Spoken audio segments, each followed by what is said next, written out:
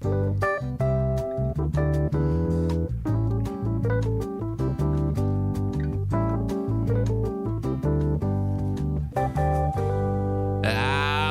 and welcome to another Happy Pod, the only podcast in the world. My name is Nathan. As always, I'm joined by my absolute prick of a co-host.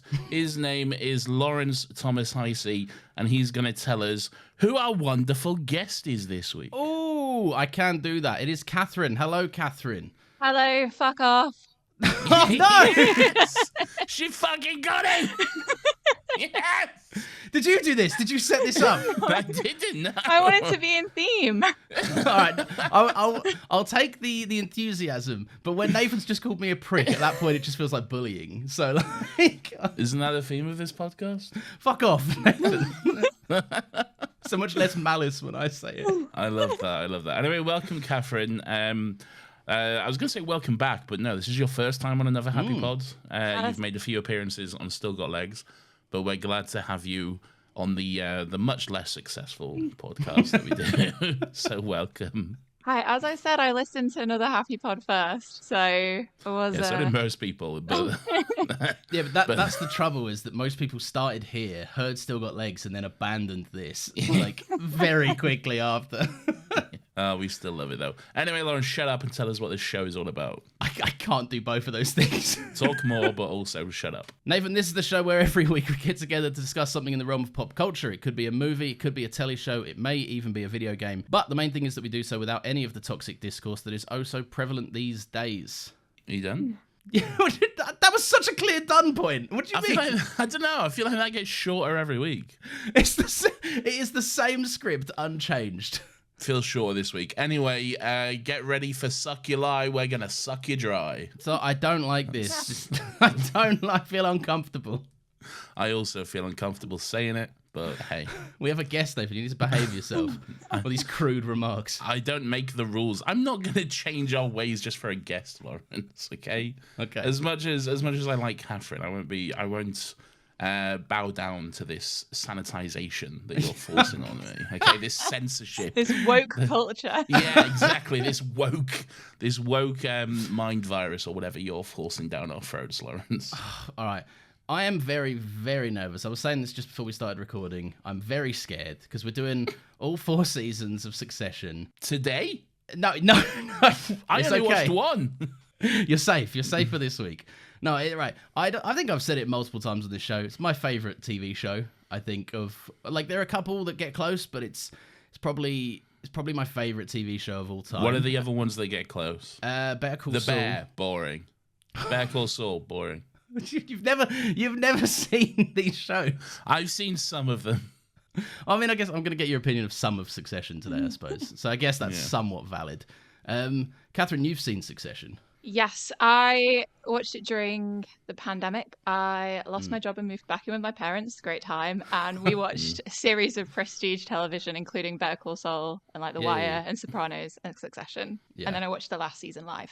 I did the same. I was like, I'd caught up with all season 3, and then I was kind of, when they were starting to do press for season 4, I was losing my mind. And then I heard it was the last series, and I was like, no, I just got it.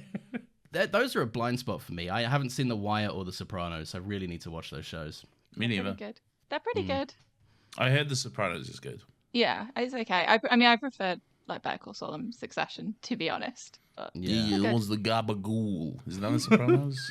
Yeah, get in the gabagool. That's all I know. No, please do more if you can. He wants the gabagool. Flawless Tony Soprano, possibly.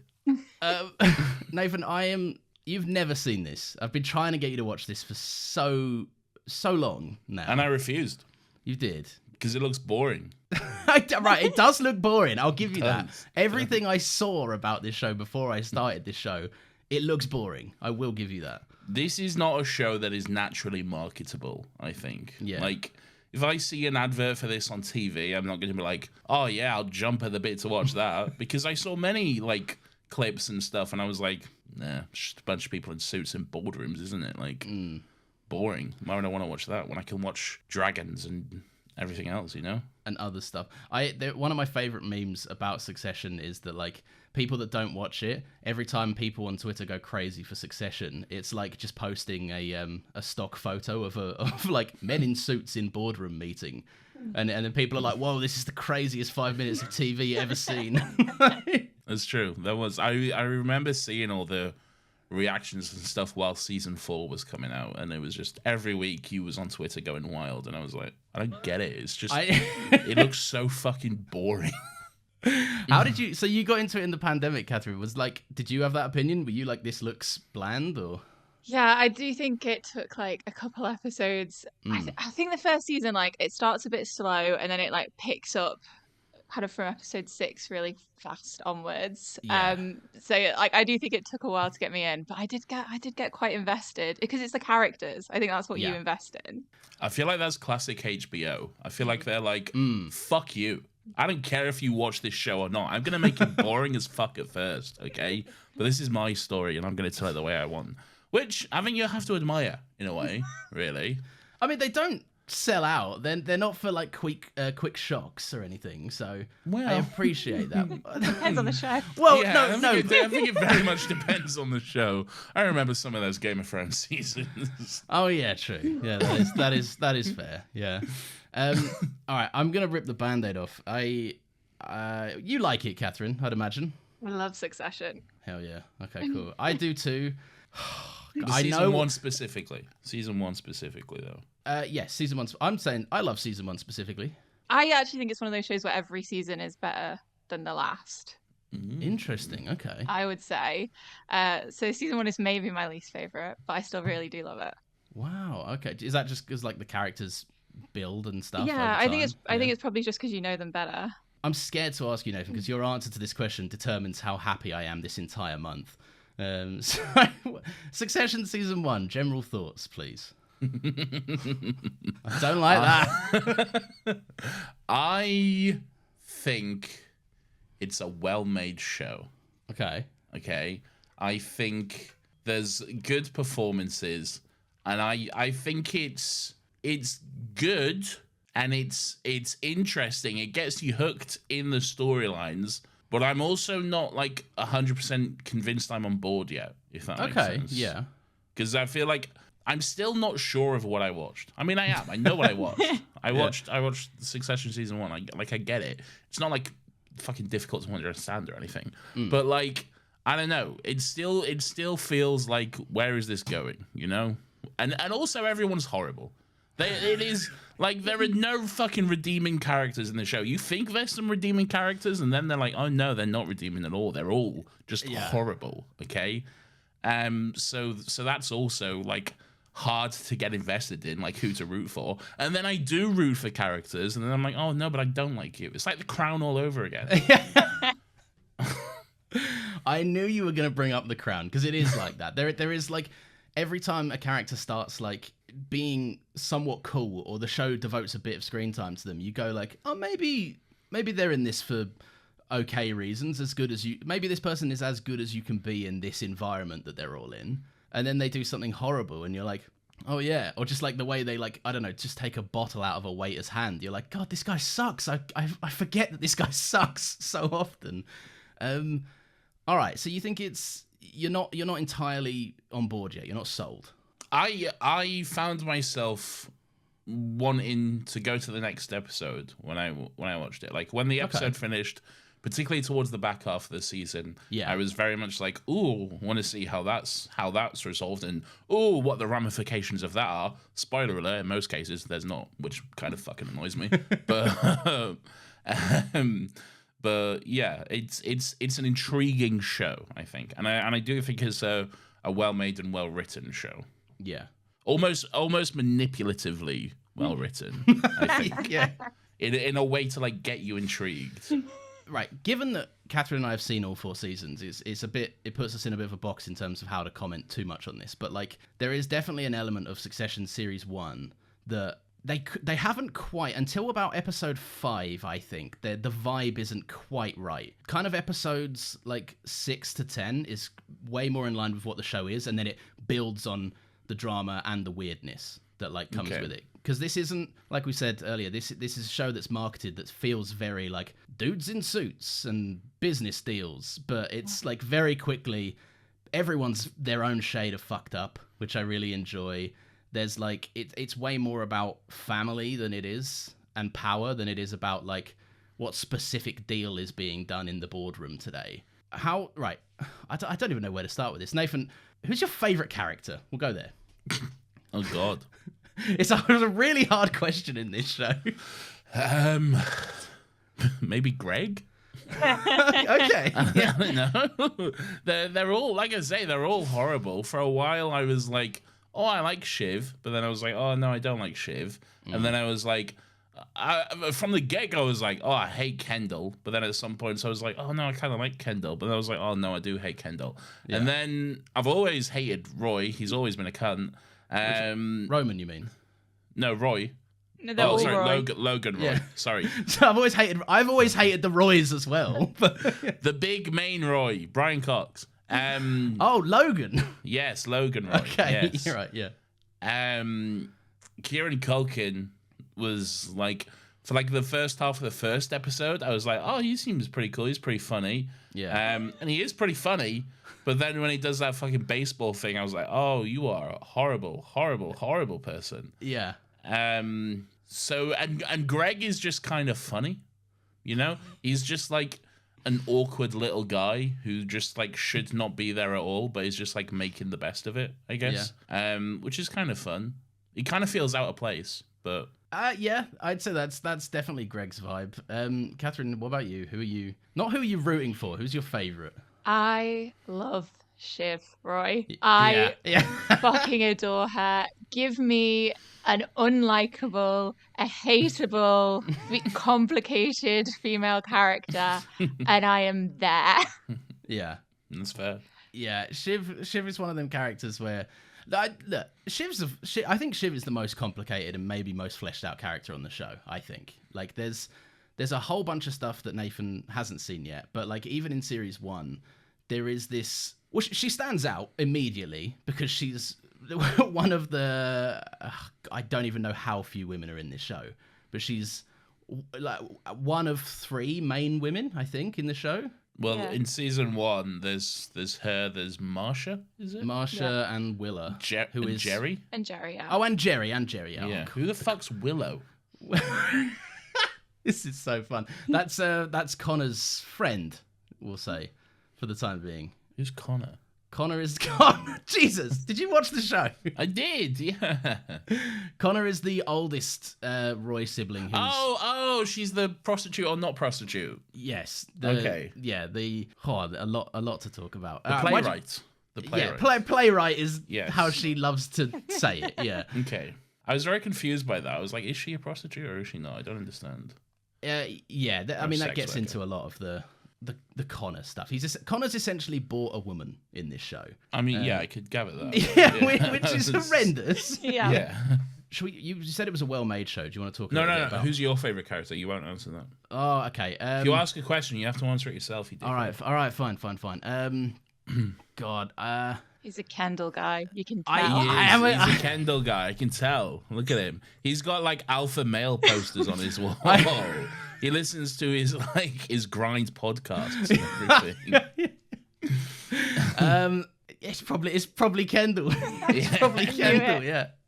He's a very watchable character because he just fucks everything. Every decision you watch that character make, you just go, you must be, all these business books you've read, you must be smarter than this. You must know this. I think he's well written because there are times where I was really rooting for him throughout this season, like especially like with the fucking the vote of no confidence stuff and everything like that. Like because I agreed with him. I'm like, fucking Logan's not good for the company, clearly. Not that I care. I don't give a fuck. It's all billionaires, but I think he's right though.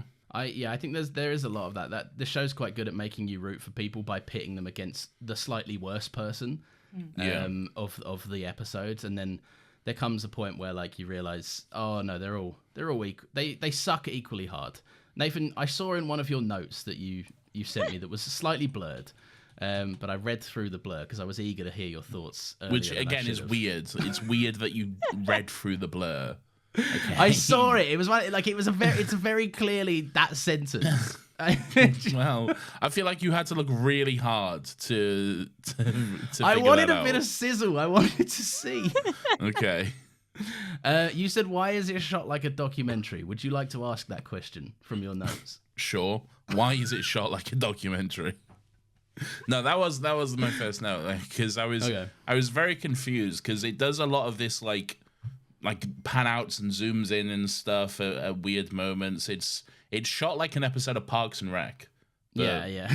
but without the floating head interviews, I guess. No one ever goes, well, that was weird, or I like the way it's shot. I think it's weird, and it takes an adjustment period for sure. And there's certain aspects of things you lose from it, like you lose, you lose the ability for like really complex and clever camera work. But I think the show does gain something stylistically in that it's it's unpolished, right? It's imperfect, which is that style that works so well for like a comedy like Parks and Rec and The Office. And I think there's this side to it that's like it never allows you to get lost in the grandeur and the locations and these big castles and penthouse apartments and stuff. The show never shows you, hey, this is really objectively pretty stuff. It never comes across as desirable. They film it on like this gritty film, and the camera's kind of always catching up. It feels like it's watching the scene at the same time we are. Like when characters start talking, it will pan round to them after their line has started. I don't know, I quite like it because it adds this, you're looking at the richest people on planet Earth. This is not the life you want, and it casts it in that imperfect way. And it makes you feel like a character of the show. To me, it makes you kind of feel like you're watching stuff and you're noticing things. There are moments where you see characters clock a line, and the camera sees them like go, huh, that was weird that person said that. And then you're like, hey, I see that too. I saw that with the show. I don't know. Nathan, you're looking at me skeptically, like you're not fully on board. I always look at you skeptically when you start getting wanky about this stuff. This is why it's my favorite show. It's got cool stuff. Fucking here he goes again. He's off on one now. All right, fair enough. I didn't pick up on that. I was seeing a lot of rich people in penthouse mansions and everything, and I was going, I wouldn't mind living there myself, if I'm being honest. All right, fair enough. Yeah. I think that would be quite desirable and nice. So I mean that's an interesting perspective, because I'm saying this is someone that's seen it a few times now, right? You wouldn't want to live in a fucking New York penthouse? No, I'd like to live there, but there's this. I do think they capture it in a way that's like these people's lives suck. I don't want to get up at 5 every morning, go to work, and bring it home and. They don't get up at 5 every morning. Well, no one's getting up at 5. You've got Roman doing his training at 5 or something. He says. Yeah, all right. One person, okay. What was his name? Connor? What's he doing? Just down in fucking New Mexico or wherever he is, He's just chilling, like thinking about being president or whatever the fuck he's doing, man.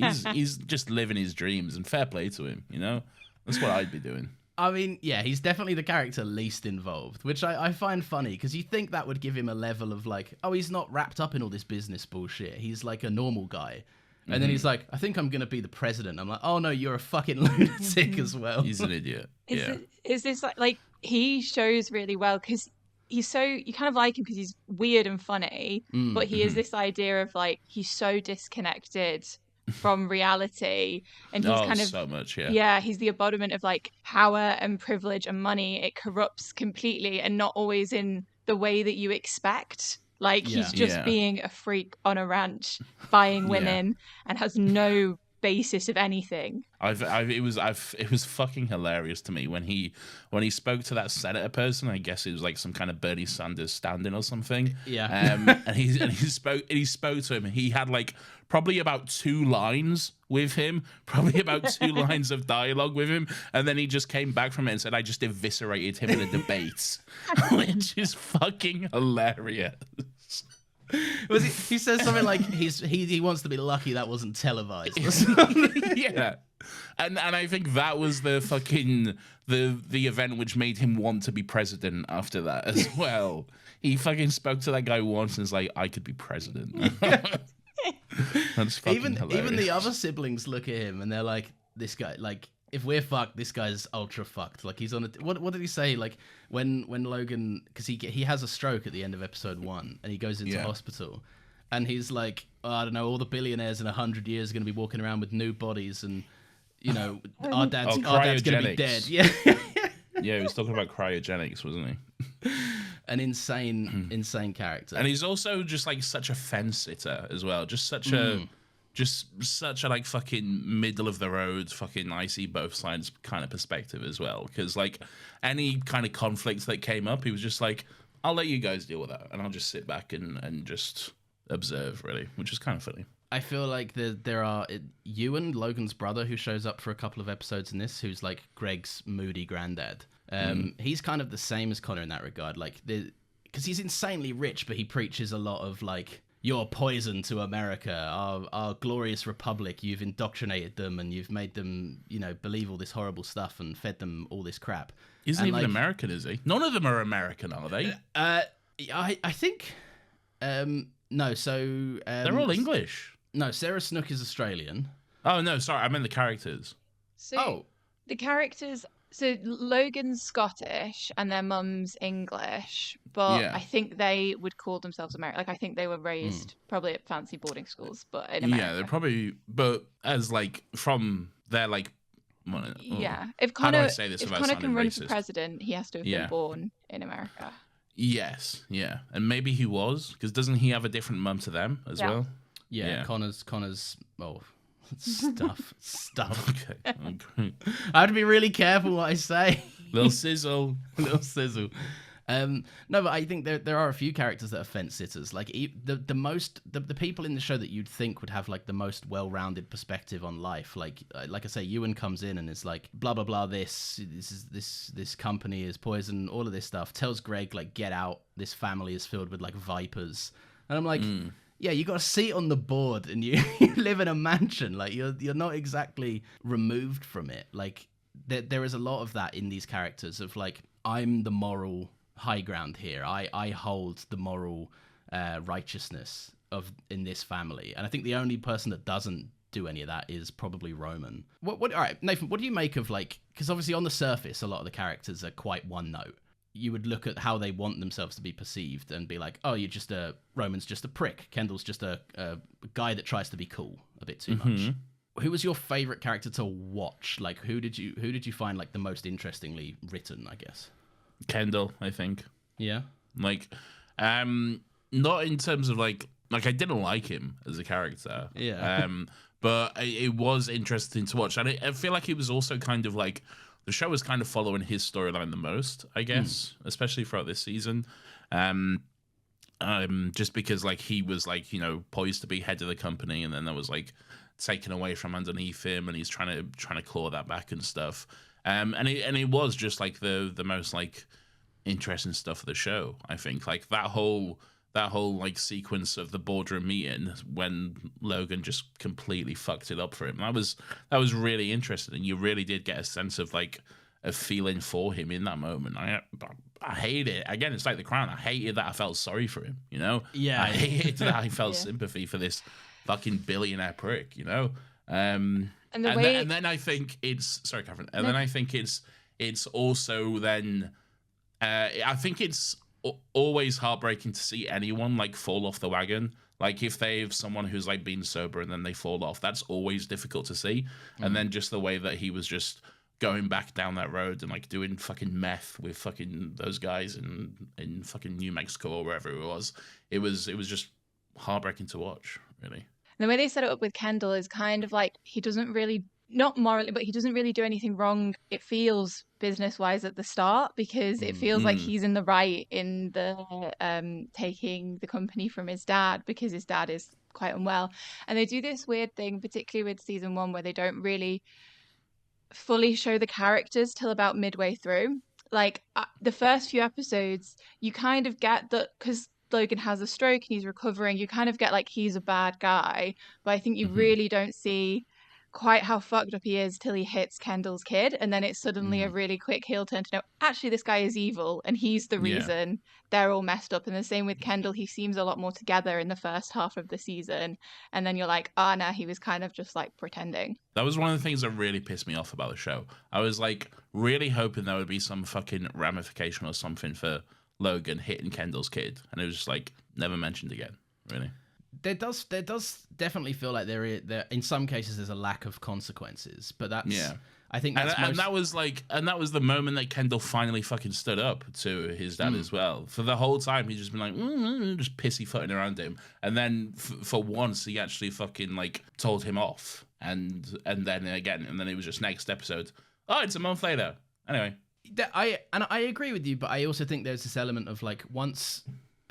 I don't. That's not too early in the season, is that? That's kind of like midway through that happens, right? Right around the Thanksgiving episode. Yeah, that's the 5th episode, I think. Yeah. So like, I think there is a part of that where the characters are being written in such a way that Logan's, like you say, Catherine, that's the moment you kind of get. Oh, this guy, like he was a prick, yeah, but he's also a terrible father. Like there's no paternal instinct in this man at all. And I think you see, like, the second Kendall is fired for the failed kind of coup on his dad, he falls off the wagon so quickly, and he doesn't just fall off the wagon. He dives off. Yeah. He dives headfirst off that wagon. But it's prompted because Logan puts out hit stories on him because he refuses to go to the family therapy, which is obviously just corporate bullshit. So, like, he's pushed off of the wagon and then he dives off it even more so. Like it's one of them things where he stands up to his dad, but you can see why they're all terrified to do it and for them to actually make a play against Logan because they all need him. That's the thing. That's what's so interesting. They're the abuse victims that keep coming back for more because they don't know who they are without being in that man's circle. And I think that's like, you get a lot of that with Roman when he tries to vote in the vote of no confidence and he just like cowers like a dog when Logan essentially barks at him. And it's, I don't know. Yeah, there's, I do see what you mean because it can feel like, I wish that went somewhere. I wish that was kind of played a little bit more, but I think the consequences are often a bit more in terms of subtlety. They're about the power dynamics. Like subtlety is for cowards. Okay. I want explicit storylines, okay? Show it to me. Anyway, Lawrence, let's go to some I don't know, I don't have a fun way of doing it. Ads. Here's some ads. Okay. Here's some fucking ads. All right. Fucking listen or don't, skip through them. I don't care. Catherine, you said Shiv is your favorite character in the show. I've said she's the most complex, I think. Nathan, I'll get your thoughts in a sec, but Catherine, show your love for Shiv. Why are you vibing?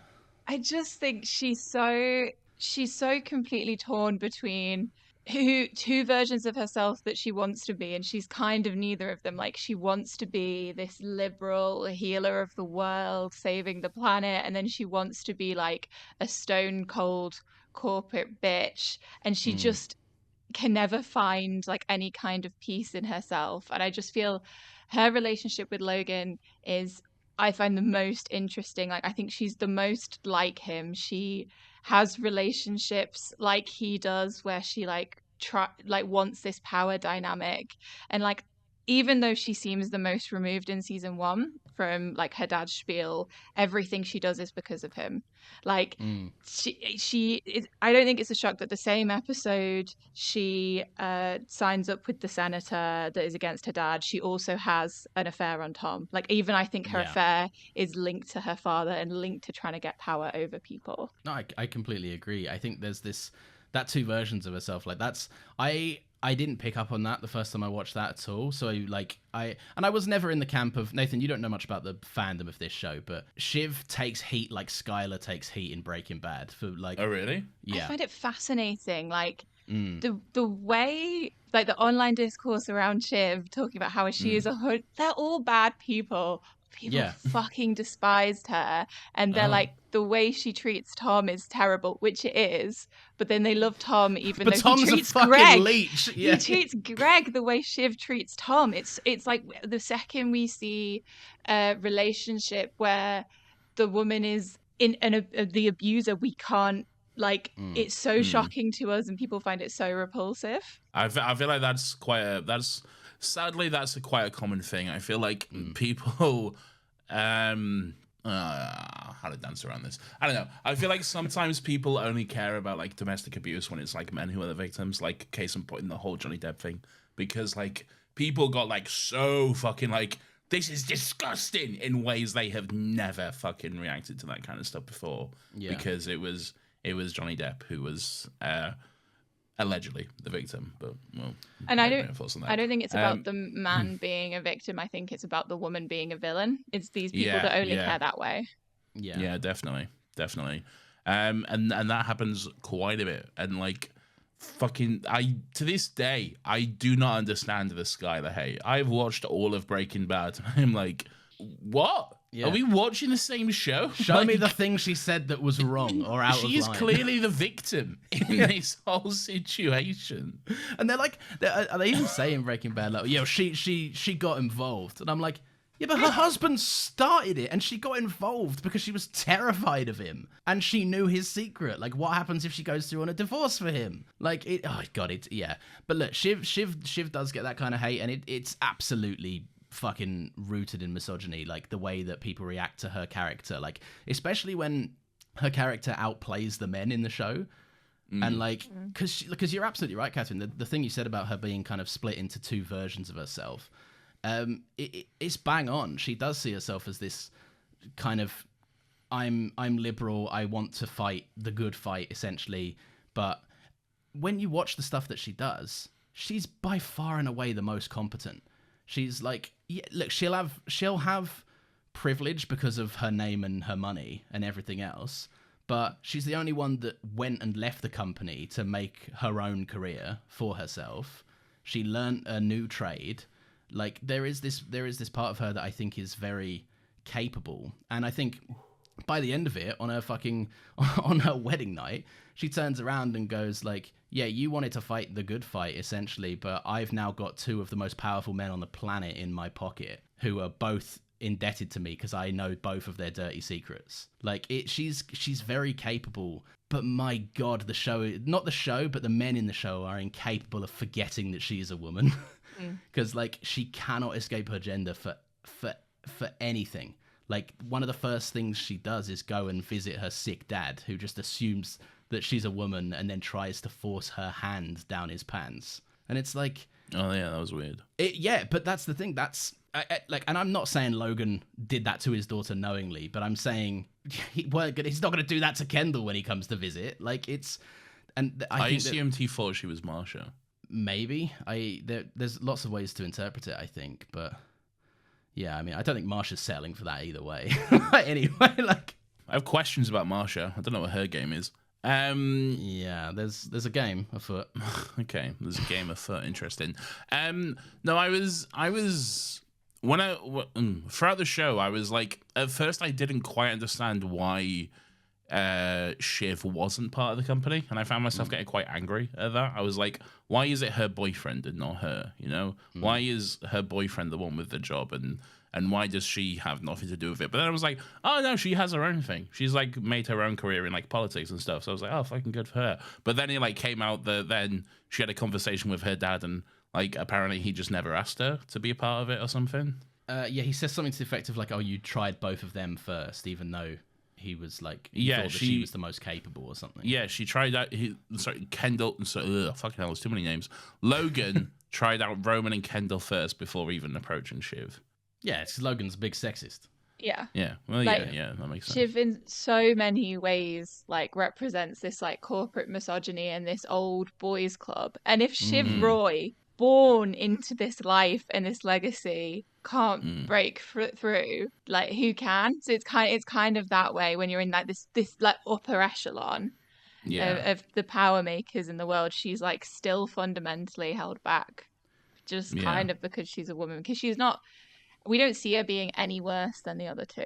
Like, No, obviously, you the don't. best person for the job is it's no one in this family, but she's not worse because she is a woman.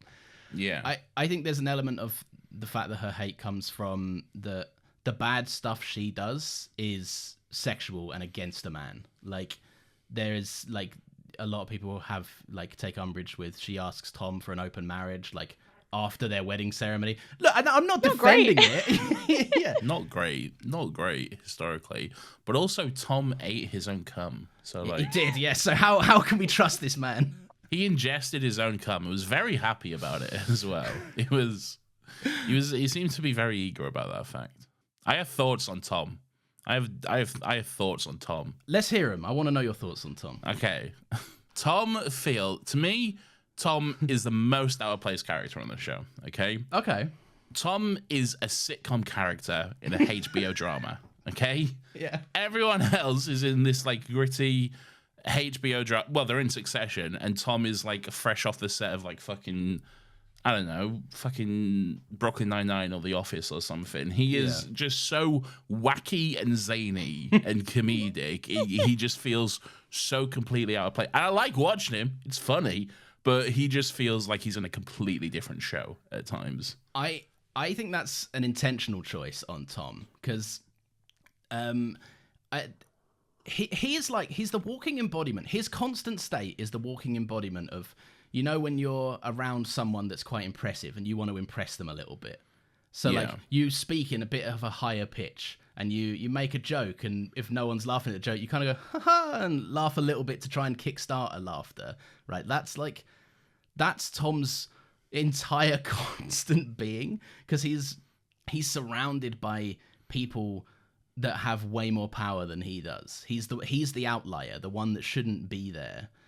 And to me though, that's Greg, and I feel like Greg does that better, because Greg is more awkward in a realistic way. I feel like he's more like he's just so awkward and just trying to make like, I don't know, just trying to get through it, I guess, you know? And he's such a people pleaser as well, I guess. Like, he doesn't want anyone to not like him. I think Greg and Tom represent slightly different types of outsiders. So Tom is from a wealthy family. His parents are lawyers, but he's nowhere near as wealthy as the Roys. So he wants to get to their level, and he's desperate. Like, he plays this kind of like, I don't like this phrase, but like beta male with Shiv to try and get her to like him and to get so he can marry. Like, even when they're discussing their wedding, he's talking about taking her last name. He would become a Roy. But even though he so desperately wants to be part of this world, and knows so much about it, he can't stop making mistakes that show him as an outsider. Like, he buys Logan the watch that he didn't need to buy, and he didn't quite get the gift. His parents boasted about the wine, and they shouldn't have done. Like, he can't help, because if you're not born in that kind of money, even if you're very wealthy, you can never quite get to that, like, what old money actually is. Yeah. I know what you're saying about Tom and Greg as well, because I think their dynamic is very much Tom. How do I say this? Tom is the Greg of the executives, and Greg is the Greg of the show. And that sounds like it makes no sense, right? But like, it doesn't.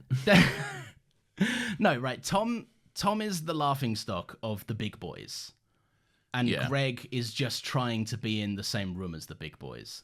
And so I think Tom sees a bit of himself. Tom sees the young guy desperately trying to be in the room, and takes Greg under his wing. And that's the nice way of looking at it. And the other way of looking at it is Tom has no one to abuse, because if he tries to abuse anyone, he gets laughed at.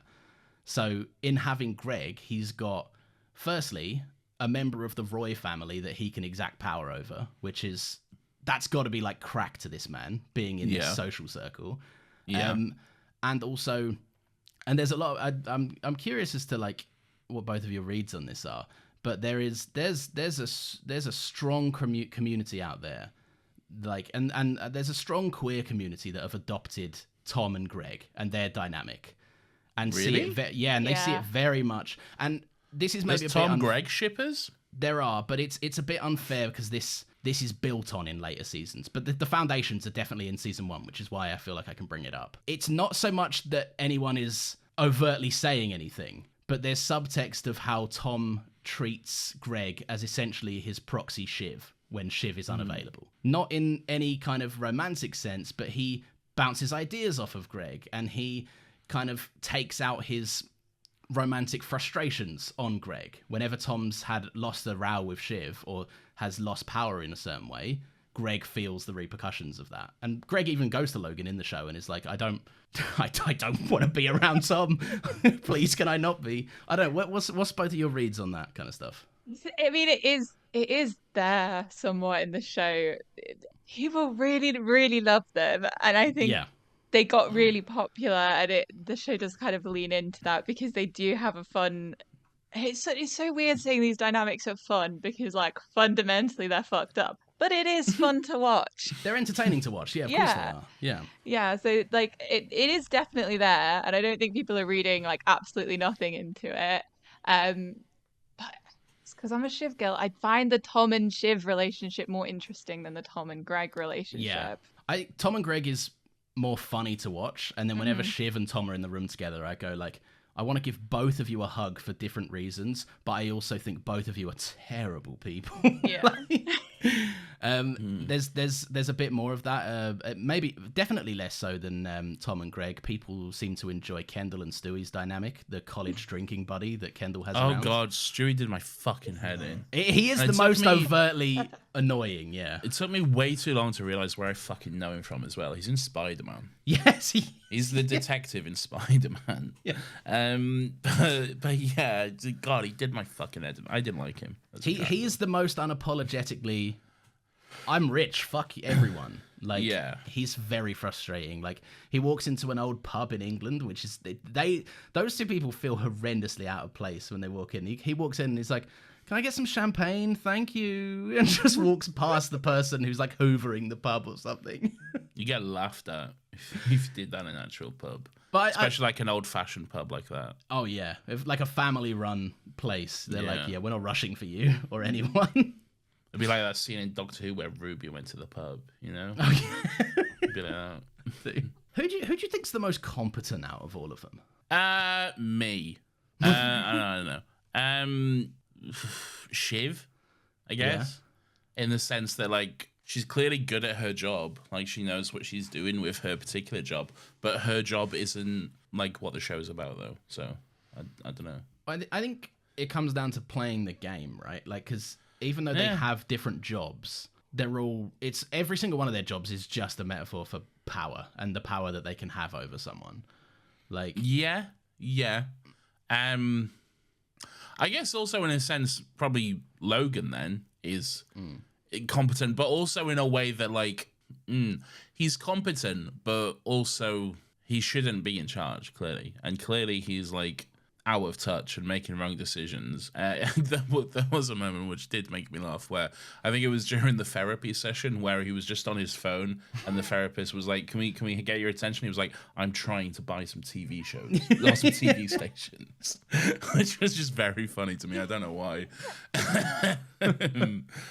Yeah, but like I think he's competent in a very like manipulative way, like what he does to Kendall at the end. The way he is able to get Kendall back on his side and stuff and like that's also just very unlucky on Kendall's part, really, as well, and also just a horrible situation he found himself in. But like the way he's able to solve that whole situation, very manipulative, terrifying and very... levels of money and power, right? Yes. Yeah, and it seemed very Trumpian as well, in a way. There was something about that final conversation. There was just the way he said, very good people, which reminded me so much of fucking Trump, you know?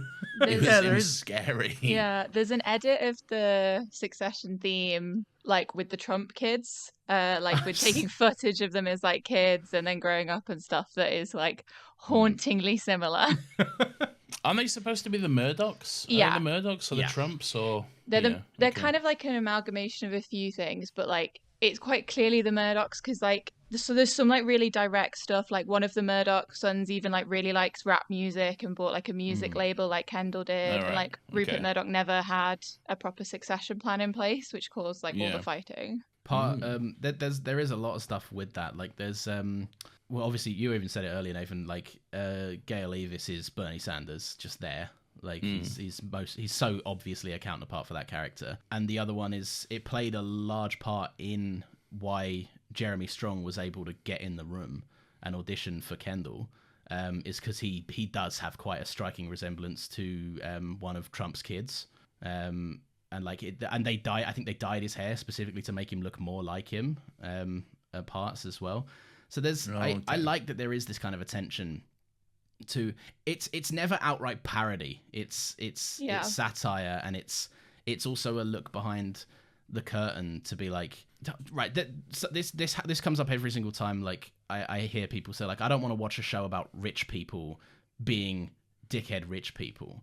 And I think when they cast these when they make these characters into molds of real life people that people watching TV at home grow to hate and demonize because they're genuinely terrible people. Jesse Armstrong has said something to the effect of like, to demonize is to go along with kind of the levels of dehumanization that they engage in, if that makes sense. Like the rich people do terrible things because they go, I'm already a terrible person. I feel nothing for these pricks beneath me. And if you're just to show them as one-dimensional pricks without flaws, without their own trauma and baggage, then you're kind of enabling that, and you're allowing them to be seen on this kind of larger than human level. Does that make sense?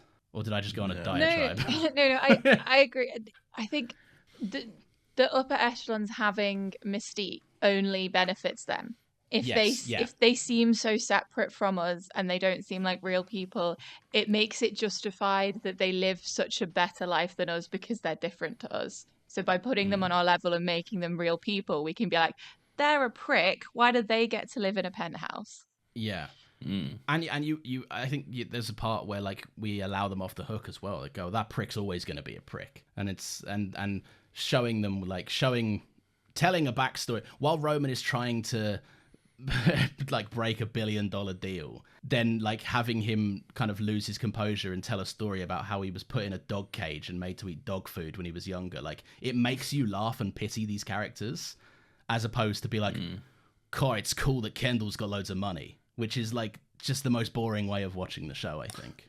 Well, I think if anyone watches the show like that, then they're just a fucking idiot. Yeah, I that's why I hate when people say like, because it's a hard show to get people into because it looks generic, and people say, I don't want to watch dickheads just be dickheads to each other, and I'm like, but it's so much deeper than that. And I think it's I get that though, because I struggle with that. I've had lifelong struggles. Well, lifelong. I've had year-long struggles with The Crown.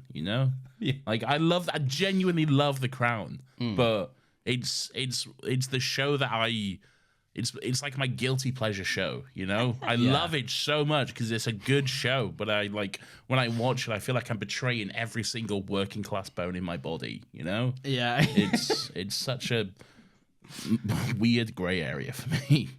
Catherine, do we have any favorite specific moments from it? We'll start to, I guess, go some like little silly thoughts now, because I think we've done every character quite deeply. But do you have any fun like favorite scenes or bits or stuff that happens?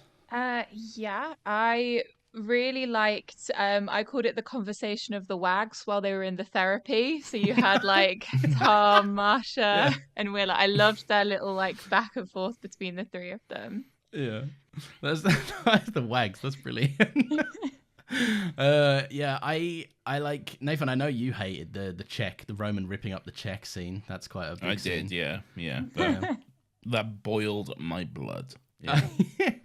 Yeah. One of my favorites is the bit where Kendall gets on a call with the banker. That's like the most important call of the first day of him being a CEO, and like he tries to like be his dad, and like just throws like a week of like corporate strategy out the window and just goes, "Hey, come on, man, fuck off," to the banker, and then just silence.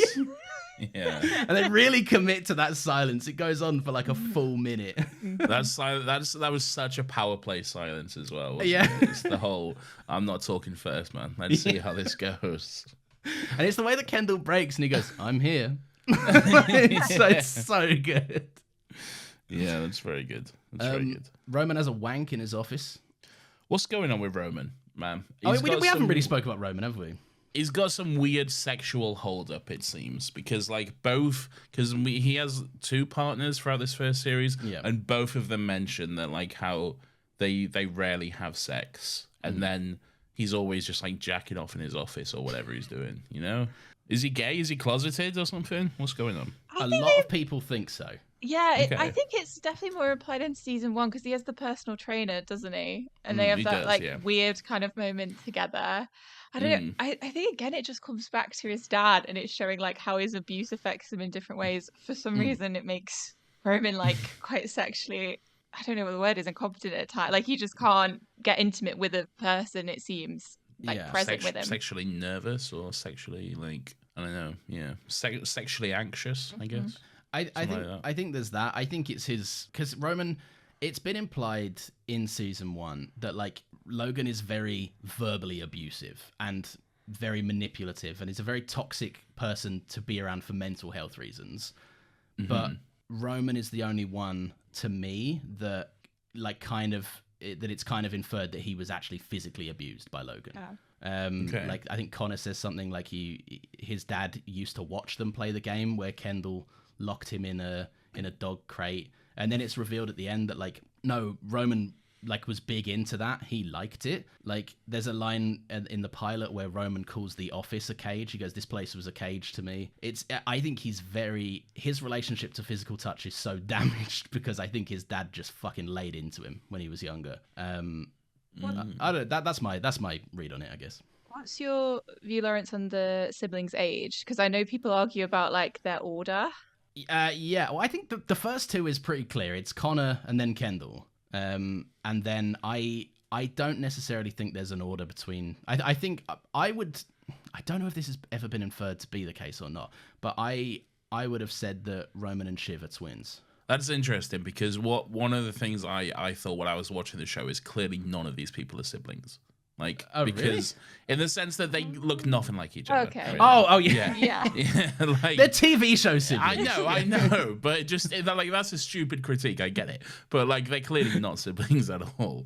To me, Roman just gives off youngest kid energy to me so much. I think he gives off ignored middle child. I always thought it, and then okay. Shiv as a middle child, and then Shiv was the youngest because she's the pinky. Is how I always took it. Oh, that's See, true. I'm also ignored middle child, so interesting. Okay. I think it doesn't necessarily matter so much with like the age or like where Roman falls in line with Shiv. I think the thing that most informs Roman's character is that he's the youngest man. And that is like Connor's incompetent and he never was gonna be, and Logan knew that. And then like there's he that also line. he also seems barely younger than fucking Logan as well. Yeah. Well, no, but think about it. Logan's said to be like 80. Yeah. And then like he had this relationship with Connor's mother, and like I think Kendall's supposed to be 40 or like touching 40. I don't know. I think he has his 40th birthday party in like season 2 or 3 or something. Oh, okay. So I think Connor is supposed to be like 10 years older than them. I think he's supposed to be like. I think, in fairness to Nathan, I think the actors are very close in age, and I think Brian Cox is playing older, and I can't remember the actor that plays Connor is playing younger. So, that's true. But I think there's only like 10 years between the actual actors. Brian Cox is definitely playing older, and he's good at it. He does that weird face thing that he does. Does that weird face thing. He does. He's like, you know, he's very good at like being. That one thing I love about his performance is that you have just always that little bit of doubt in the back of your mind. I'm like, does he know he's pissing on Kendall's floor, or is he just ill? I think he knew. I think he knows too, but there is that part of him that's like, I think he's using I'm recovering from a stroke to do this. But like you do see at parts like he's actually suffering. Like he can't walk across the room like for a good like month after his stroke. So like he's quite clearly, and I think that's a large part of his character, is that he's an 80-year-old man that thinks all of his kids are screw-ups and is very aware that one day he'll die and his company is going to be left in the hands of one of these fucking idiots. He doesn't want them to be anything other than that's the other thing, is he doesn't want them to not be screw-ups, because the second they pull away, he wants to bring them back in. Like he did it with Kendall this season. Even before the accident, he was like, we'll find a way to bring you back. Yeah. Like that's what he wants. He wants them to be fucked up but under his thumb. There is that line where Kendall comes in and he's like, it's in the family, it's towards the end of the family therapy where there's the big kind of blowout family argument in the kitchen, which is one of my favorite scenes in the entirety of this season.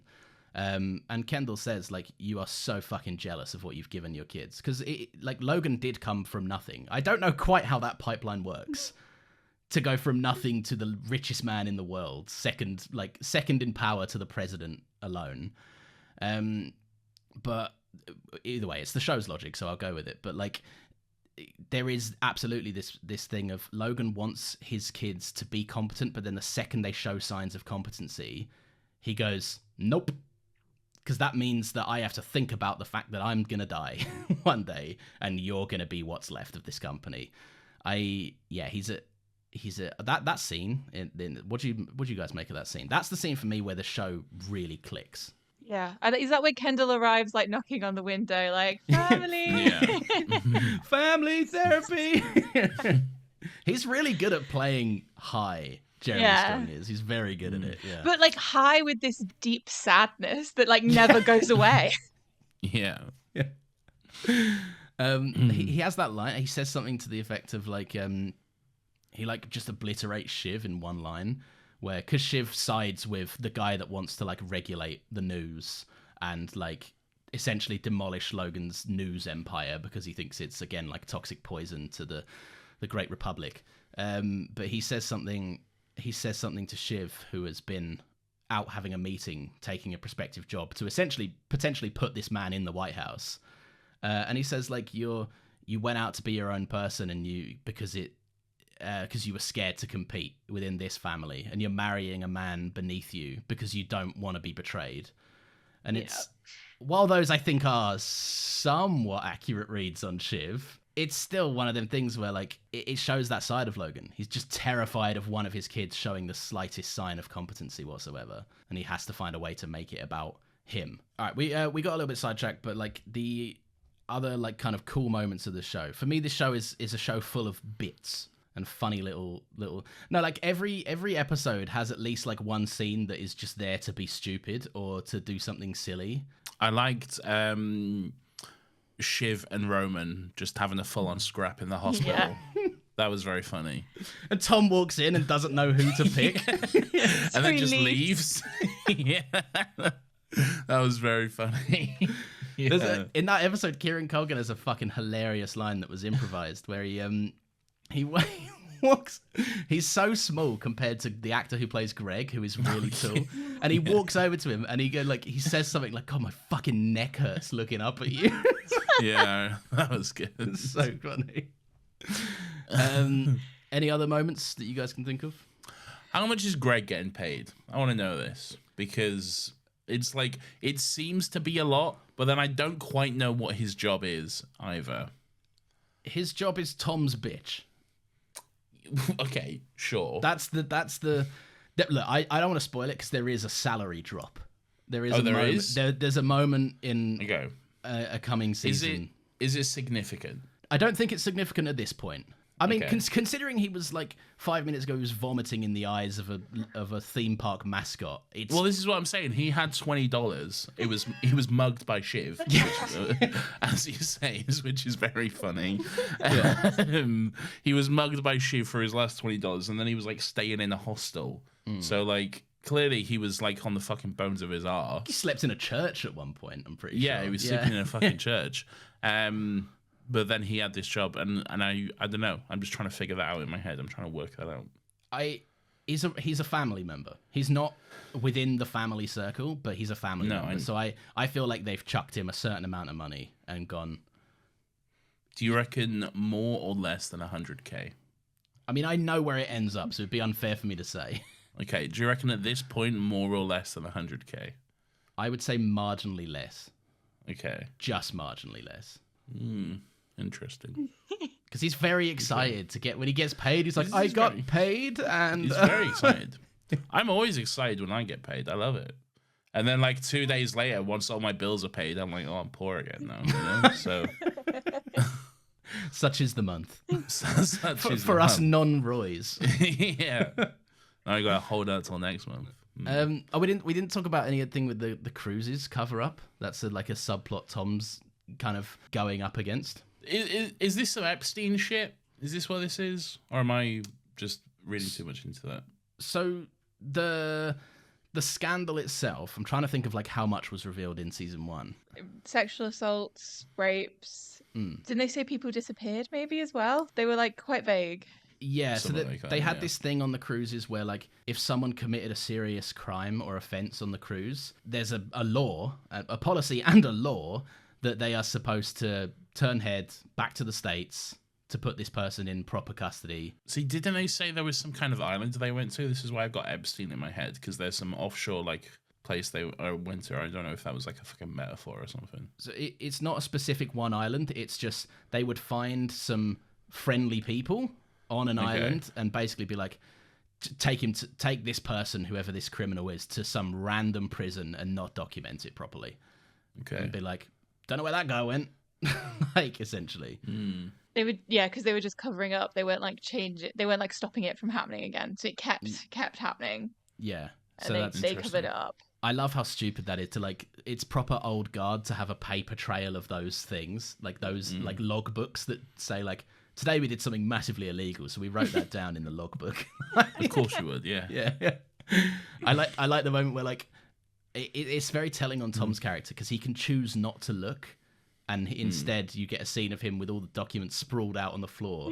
And then when someone like knocks on his door, he goes, "No, thank you, go away. No, thank you, please." Do you know what made me laugh when Greg was because Greg keeps some copies of the documents and he's shredding most of them, but instead of just like taking the top page that he wanted to keep and keeping that page, he copies it and keeps the copy. Like he was just wasting time, and I was like, I don't understand why. Just take the page. That's a very good point. Yeah. It's fun. I like that. Like Greg in general is a character that I think is like super competent. When you look at how the season started for him and where it ended for him, and where it ended was essentially like, oh yes, Kendall's takeover doesn't work, but he essentially secures a good place with Logan and a good place with Kendall. So no matter who wins, he's looked after. I think he's a bit of a dark horse, secretly. Greg, I think there's a lot of people out there that think Greg is by far and away the best game player of the show because he knows when to keep his information and he knows when to hoard it and when to play it. And I like knows when to hold him, when to fold him. He does, as they say. But I like that they put him in the casing of the show's biggest moron, like the show's biggest, most awkward, bumbling idiot, and it's very fun. It's a good little. See, Tom's the biggest idiot for me. But... Yeah, do you reckon? Do you not think there's like a shred of competency to Tom? Like, do you not think? No. Do you not think? No, not really. No. Huh. He doesn't give off competent vibes. There's nothing he does which is competent. Anything he does which is competent is stuff that he gets Greg to do. I think he uses Greg as a fool guy, but I think he's got some good, not ideas. He knows how to hold on very well. I didn't get that sense, but. All right. Well, there's more to discuss on Tom and plenty more. I'm very excited for you to watch next season because I think there are some consequences that you found were missing from this show. Okay. We'll see. Yeah. Anyone got any final closing thoughts on Suck Your Lie? Teeny tiny moment that encapsulates all the Roys is Kendall walking through a New York busy pavement with a golf umbrella that takes up half the street. And it's like a tiny little thing, and it just shows the way they think they like own the world. Yeah. On Kendall being, it's not really Kendall, but the show. I like that he gets fired after his vote of no confidence backfires, and then they send him out onto the streets of New York, and it's the only needle drop in the season. The rest of it is pure score written by Nicholas Britell, and it plays the very famous Union song, "Which Side Are You On?" as if to put Kendall as the working man against the man of the corporation. And it's just so... I love how intentionally tone deaf it gears Kendall up to be like, Kendall's in a tough spot here. He's just lost his job. Now he has to go back to his penthouse apartment with his billions in shares. What will he do with himself? It's very funny. It's very, very... I enjoy it. And I enjoy how well written the show is in the sense that like it's very good at showing you that these people are just so wealthy and out of touch. It's just like things just do not even compute to them. Like the moment where Shiv takes fucking Greg's last $20, like she's just like, do you have any cash? Because like, of course I don't carry cash, I'm a fucking billionaire, you know, like what do I need $20 for? You have $20, I'll take that, we'll buy some cokes. And like it does not even occur to her to pay him back for it because it's $20. Like what that's a penny, that's a coin, like it's fucking nothing to her, you know. And then the way that like fucking in that same episode Roman like wanted Greg to just go and get those documents from the apartment, but he didn't know where it was. And that wasn't his problem because he would never have to think about that. Yeah. That's someone else's problem. He can get his assistant to find it. It's nothing to do with him, you know? And I just think it's like, it's very good at showing that side of wealth, you know, just like ordinary things that these people don't have to think about, you know? Which I think is quite interesting. I do love that there is this part of it that's like every now and again they get stuck with a very real human everyday problem and they just completely spiral out of control. Like hostile takeover, that's fine. I'll do that on Tuesday, right? But then like Jess prints the letter and the Wi-Fi sends it to the wrong printer, and just Kendall's face is like, Jess, go get the letter. Where did the letter go? Oh, that was another thing. That went nowhere as well. I thought there was going to be some ramifications for that, but it was just like, oh no, it's fine actually. Well, it pushes Kendall because he's in a place of like, I don't know whether I can do it. I think Stewie should do it. I'm not sure. Like maybe we can get Jess to do it. And then Jess fucks up with the printer. So he's like, it's now. It's now when my dad is in his pants brushing his teeth. Like it's the worst possible time. Yeah. Yeah, I don't know. It's very fun. All right, so Nathan, overall, would you say you're excited for season 2 to start watching it? Yes, I am. You're more on board than you were a week ago. Well, yes, more on board than I'm excited is a strong word. Okay. Okay, yeah. I wouldn't say Would I'm you excited. watch it if you weren't recording? Now you're in. Would you keep watching? That's a good question. That is a good question. I think I would. Yeah, I think I would. I think I'm intrigued enough to carry on and see where it goes. Yeah, it has that like again like it's similar in The Crown to The Crown in that respect for me. So it's a good hold you show, isn't it? It's very good at being like, well, and like there's constant things of like you think you know how this goes, and then they pull the rug out. Like Kendall getting fired in episode 5 was not something I thought was going to happen. And then Kendall being like, oh, season 1's going to end with Logan's on his ass. Kendall takes the company. He's in a completely new position. Logan's completely thwarted. Sets up a really interesting dynamic for season 2. Nope, Logan just wins again. Like, I'm excited to see how it ends. Okay. I wonder if, I don't know, Logan will just die and we'll see what happens. But Okay. I'm excited to find out how that all goes, how it all wraps up. Are you excited to find out who he names? Because obviously the promise of the show Succession is that a successor will be chosen. Is that the promise? Well, it's called the show's called Succession. I guess in that respect. It implies that someone is going to head up the firm. Yeah, I guess. Sure. Well, I don't know. My ideal scenario is they all do it. They all do what?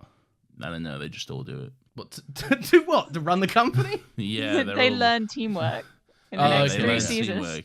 teamwork. Yeah, they all become CEO or whatever. I'll point you to the season of TV you just watched and ask you if you think any of them are capable of that. I don't know, but I think it could be interesting. But hey, I am excited to see where that goes. I have one little thing. Go on.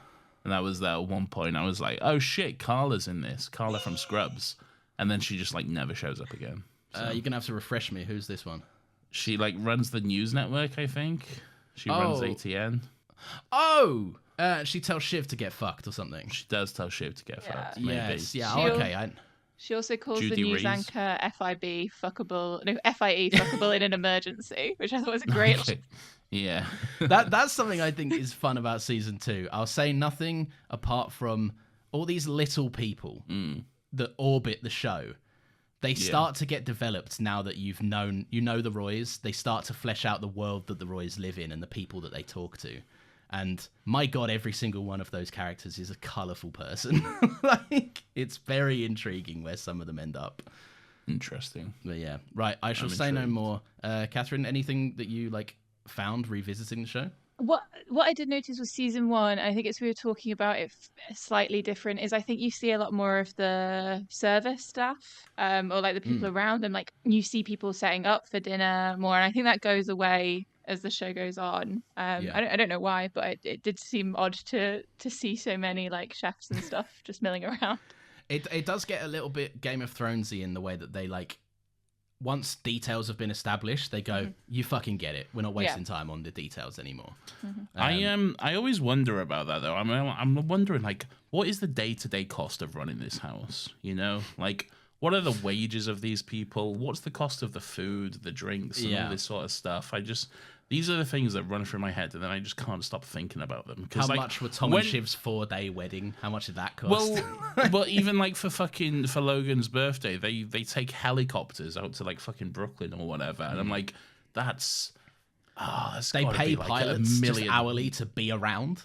That's got to be around at least $1 million, I think. I don't know, maybe I'm out of touch, but at least $1 million for a fucking birthday. I'm just like, this is just wealth on another level, isn't it? As the show goes on, there are certain drops of figures, like because they keep their wealth kind of, and I think it's part in that they weren't business people when they started the show. In writing season 1, they weren't in touch with too many business people. Whereas as the show, so they didn't really have an idea of what this stuff would realistically cost. And then as the show goes on, they start getting kind of business consultants to be like, no, this is how this would work in real life to make it realistic. And there are certain number drops that just make like every fiber of my being go into shock. Like to spend that much money on an event to spend an amount of money on an event that I will never make in 10 lifetimes is unbelievable. Like there are some numbers that you hear and you just go, yeah, fuck me. This is on a different planet. Yeah. All right. Well, anyway, it's time to do some recommendations, I guess, if we're done. I was going to be I'll tell you what, I'll ask your opinion, right? Because when I started writing, I told Nathan this already, but when I started writing my notes for this, I really tried to, I scrapped them because I wrote them all out. And then I was like, if I read all of these, no one's talking or it's a 5-hour podcast. But I have a recommendation and I also have what I've written down as a success emendation, which is... Oh, for fuck's sake, man. Oh, God. Sometimes you make me hate you. Sometimes the stuff you say, it's hard to be your friend. I'm aware and I get it. That's fair enough. But I don't know. Does anyone care to hear? I can just do one of them. That's fine. I won't mind. No, you can do both. I've only got 2. One is a recommendation. One is a Succession specific. You can do 2, but you can't call it a success emendation. Okay? They both have to be recommendations. Why can't I call it a success emendation? Because I said that's the rule. All right, fine. Just everyone listening, we know what it's called. Okay. Yeah, the people know. Yeah, they get it, Nathan. They're on my level.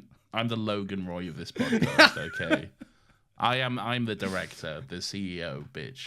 Okay, so I started communicating only once Nathan finished the show. I just started communicating with him through no context Succession pictures, which was fun. Anyway, my first recommendation that just so happens to be Succession related. It's a video that I think is really insightful. It's by the channel Overthinking It, and it's something we didn't really bring up, which I'm surprised we didn't. Is that the video is called Why Everyone Says Succession is Shakespearean, and it's essentially a video that, like, when a lot of people, when they say video essays, it's mostly just like a sum up of an opinion with the video essay, the voice kind of thing. But like this is actually a written essay just in video form. Like there's sources, there's a bibliography in the description. Like it's a really interesting watch, and it's essentially about how like this is an adaptation of King Lear, how people speak, because it's a very weird dialogue pattern that every character has in the show. It kind of correlates to how people in Shakespeare plays spoke and how much their dialogue inferred how much power they had. It's a really interesting essay, and it's like the type of Succession fan I think I am. I watch these videos and then I go, oh, there's people so much smarter than me. I don't get half of what this show was doing. So that's fun. And then my other recommendation, much shorter, is a music video from the band Lost Yesterdays, which I've never heard of. And it's a song called Nobody's Clown. My mum sent this to me this morning, and she said, what do you think of this? And it's one of the weirdest messages I've received from my mum. And I found it very cute, because it was a music video of essentially a clown puppet that gets like broken up with and sold to a shelf, and then someone buys him back and puts him back together again. And it's really weird, but it's very well made, and it was just a weird part of my day that I went, I'm not mad that I watched this 4-minute thing. And the song's okay as well. So yeah, if anyone wants to look at that, then be my guest. What was that called again? The band is Lost Yesterdays, and the song is called Nobody's Clown.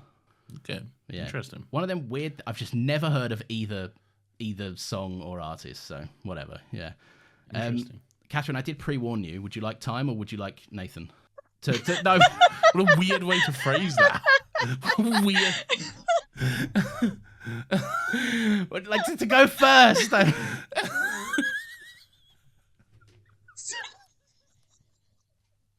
Catherine's first appearance on this podcast. You've already. That's outrageous. I can go. Apologize. I'm very sorry. Oh my god. I'm just so excited to talk about Succession. I don't know what you're saying. Oh god. Catherine, feel free. What is your recommendation? I'm recommending the musical Hadestown. I don't know if either of you are Ooh. familiar. Never heard of I'm this. not, unfortunately. So it opened in the West End in April this year. It is a retelling of the Greek myth of Orpheus and Eurydice and Hades and Persephone. And it's kind of set in this like 1930s-esque, almost steampunk-esque world. So the music's very like jazzy, it's very folky. It's really, really cool. It's the show that I'd recommend if you like musicals, or if you don't. Like, it's one of those that it just feels really fun when you see it. It's kind of about like free will and destiny and love and stories, and why we keep telling the same stories again and again and hoping they have a different ending. But it's really, really good. That does sound right interesting. What was it called? The title again? Hadestown. Hadestown. Hadestown. Okay, interesting. I do love the story of Hades and Persephone. So Yeah, that's so interesting. it kind of tells that within another myth, but it's also got like, it took a lot in theatre about like blind casting. It has like properly blind casting, like roles have been played by like men and women of various races. In the UK one, I think they've added, I think a trans woman plays one of the fates, which adds like a different dimension to their like harmonies and stuff. So Oh, cool. they've Yeah. really cast in a way to think about like what makes the show better. Okay. That's quite cool. That is Interesting. quite cool. Yeah, normally, I mean, I don't know too much about musicals, but a lot of the time they're like, this character is this character, and they're pretty unchanged, right? Yeah. Throughout a lot of it. Yeah, it depends. Like some shows, like Les Mis has been casting anyone in any race for a very long time, but like something Yeah. like Phantom only had like the first black Phantom like the other year, I think, and it's like Oh, been on wow. for I think- 30 years. So it just depends. Hamilton's like only requirement for like the main cast is like you can't be white. I think like Yeah. you can only be white for like support roles in Hamilton. I think, which is quite funny. And then people always get mad at that. They're like, "Say this is racist." Like, no, it's shut up. No, it's not that. Yeah. All right, Nathan, what are you recommending? I am recommending, Lawrence, and this is just pure coincidence. I actually was going to do this regardless this week, but I'm recommending Missing Mystic Falls. A podcast I enjoy listening to, specifically for the Twilight episodes, which recently came out. So in between seasons, by the way, Catherine does this. It's her Vampire Diaries rewatch podcast. And in between seasons, while they're on a little bit of a season break, they will bring out a watch through of the Twilight movies, which is always a lot of fun. I listened to the New Moon one earlier this week, and it was great. It was a lot of fun. Twilight continues to baffle and confuse me, but sounds like a lot of fun. Have so. you seen the Twilight, Nathan? I have seen. Well, I've seen the first one, and I've definitely seen some of the second one. Okay, so And no, I've seen then. the weird. I've seen clips of the weird baby in the last one. Okay. So I've not. So no, basically, I've not seen all the Twilight movies, but I've seen. I feel like I've seen enough to get it. I think. Okay. All right. Fair Yeah. enough. Yeah. So yeah, that's good fun. Check That is out. good fun. And again, purely coincidence. Yeah. I asked earlier. This is a new laptop I'm recording on, and Nathan and I just wanted to test Oh, the show mics off. earlier. No, Show off. I was saying it because we wanted to test the mics just to make sure it all worked before recording tonight. And I said to Nathan, like, "Oh, I've got a recommendation. Have you got one?" And he went, "Oh no, fuck!" But then a little twinge of glee. A gleeful smile just creeped onto his face. So yeah, well done. Yeah. Well done. I always forget. You always spring this segment on me. It's always froze. It's been doing for like 6 months, maybe more by now. I think possibly a year at this point. Jesus Christ. Okay. I think it's been at least a year. I don't know. It's but- beat out Clone Wars Corner and another happy question. So there's that. Okay, great. R.I.P. Another happy question. No. Another happy No, it question. died when it was supposed to. I'll bring it back. No. Okay, thank you very much everyone for listening.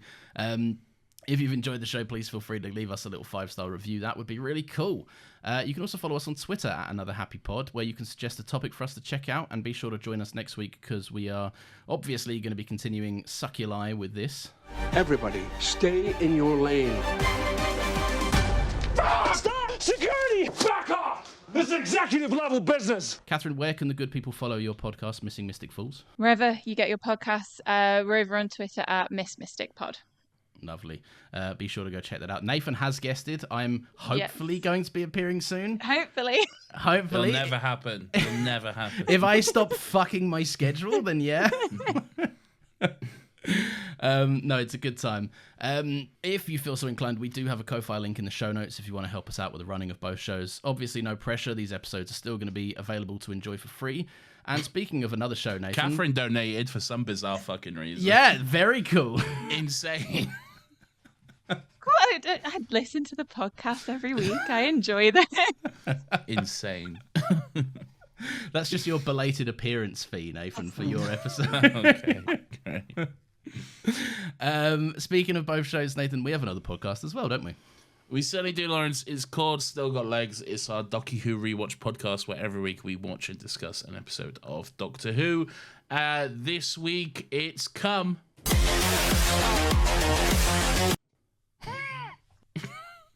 Good. Just leave it there, I reckon. You want me to do that rock song underneath that meme? Oh, this one. Oh, you've got it. Yeah, you can't do. Yeah, It's that's there the for- one. yeah, That's I'm there. gonna- Cheers, man. You can just clip that out. Great stuff. I'll leave both in. Great. Thank you very much for listening. We'll see you next Friday at 10 a.m. Stay cool, stay lovely. Thank you, Catherine, for joining us. Goodbye, everyone, I suppose. Bye-bye. Bye. Bye.